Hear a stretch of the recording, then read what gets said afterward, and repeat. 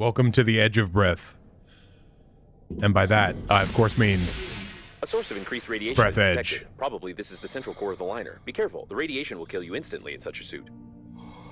Alright, well, I don't want to die from radiation poisoning, so let's do what the disembodied voice says. Call. Try to adjust the antenna. You've got great engineering skills. Oh. You have broken the antenna completely. Oh, now yeah. you will need some special equipment and interphone activation codes, which are encrypted in the memory of the steering wheel if it's still intact. Oh. Well, that sounds like a lot of work for... Well, that's unfortunate. So, this is Breathedge. It's one of the free games on Epic this week. And unlike the other video game, this is a game that at least partially works. And what I mean by that is that this game does not always work. I've had a lot of problems in the past on the Xbox Game Pass version of this game to get it to completely work.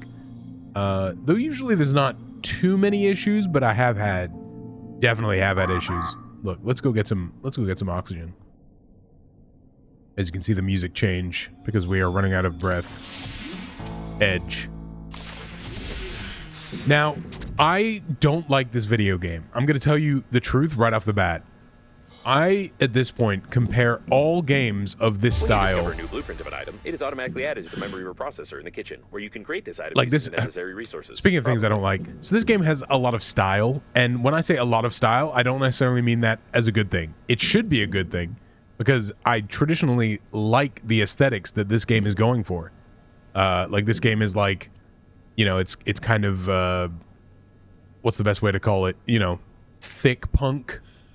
There's kind of a thick punk, like, you know, Soviet aesthetic going on here in a way that, you know, can be appreciated, especially when you think of like this music. Okay, made me look like a moron. Okay, not when you think of the music. But anyway, there's things to like here, and one of the things I don't like is the disembodied voice and the pace it talks at is like, I get what they're going for, but I find it to be very grating.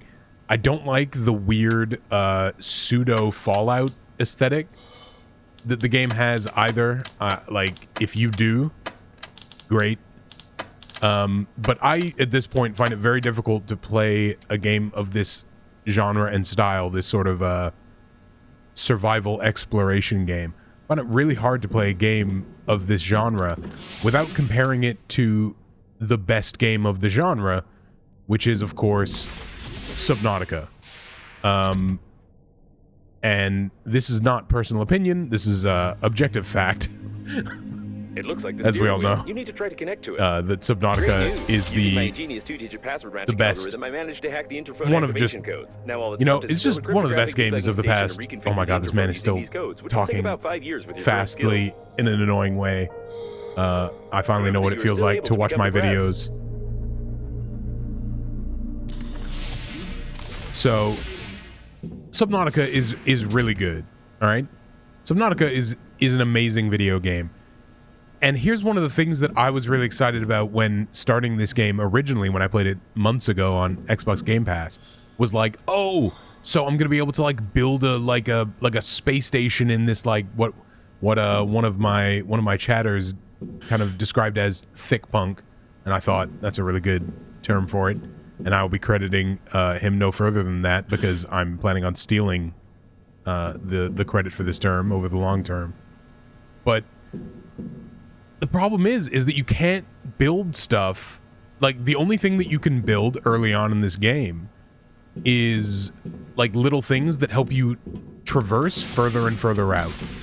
And what I mean by that is, as you can see, there's a long way to go. You got like liquid out there and like stuff to mine and stuff to scavenge. But as you can see, we've only got about 70 seconds of breath edge. And it's pretty hard to get all the way out there. So you gotta build little things that will get you, you know, like these random posts that are around. You gotta build a little post that lets you grab some oxygen, some more oxygen. And that's really the only thing it lets you build for hours and hours and hours. And it's actually quite late game that you have the ability to start, you know, building your own little base, little cool little base. And I think that sucks. And it was one of the things that was, I think, so good about Subnautica is that Subnautica always put the exploration before the survival. The exploration was necessary to survival, so Subnautica put it first. And the first thing that you end up kind of building in Subnautica, as I keep not being sure what it wants me to do here, the first thing you build in Subnautica is something that makes you move faster, that gets you to go further. The waste disposal system is damaged and is operating in reverse mode. The toilet can suck objects flying past the shuttle when the tanks are full. Sorry, I can what now?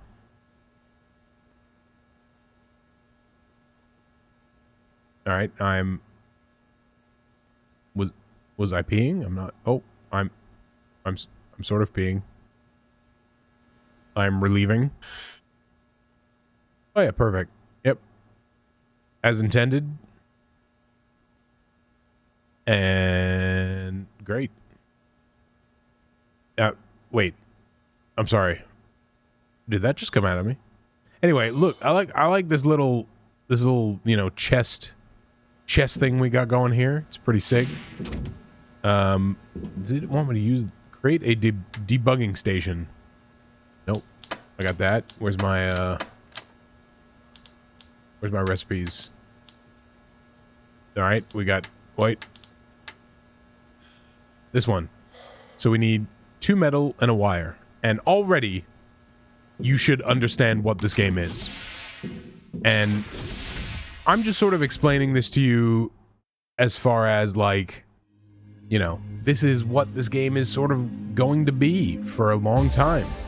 Even once you are hours into this video game, those hours, those first hours, are going to be spent, guess what? Traveling from there all the way over there. And then it's going to be traveling from all the way over there to all the way over there, and then all the way over there. And you can't build anything outside of very simple things that are either you hold onto personally or that you're building just to get your very slow-moving character from point A to point B. This game holds back your exploration because of how slow you move. And there are vehicles later in this game, and, like, you know, they're little, you know, Datsun-looking, you know, miniature, like, Soviet cars in space. And again, like, you know, aesthetically, I think this game is kind of cool. Its progression is horrendous, and I really don't like it. So I don't want to spend too much time playing this video game, to be honest. This is not a video game I like very much. However, with that being said, does that make it a fail? No. But it doesn't make it a win either. To be, you know, I want to have my own personal opinion in certain ways.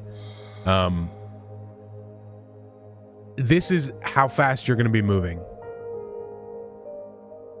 And it's fine to begin with, but it gets old pretty quick, and the game does not give you the ability to build a vehicle, to build a base, until much, much later.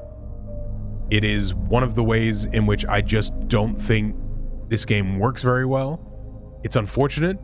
Maybe you'll feel differently. Maybe you will like the slower progression. I think aesthetically, this game can sometimes be quite cool.